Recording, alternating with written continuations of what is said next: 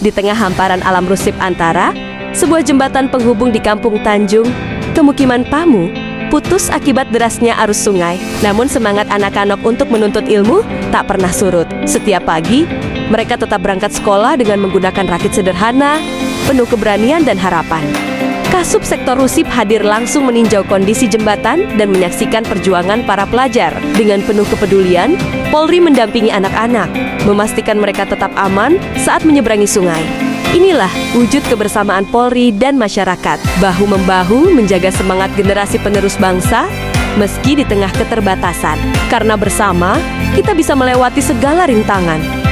Kebersamaan anak-anak sekolah dan Polri hari ini adalah gambaran nyata bahwa semangat belajar, kepedulian, dan gotong royong akan selalu menjadi jembatan hati, meski jembatan sungguhan belum kembali berdiri. Karena sejatinya, kebersamaanlah yang membuat kita kuat, dan semangat anak negeri inilah yang menjadi harapan masa depan bangsa.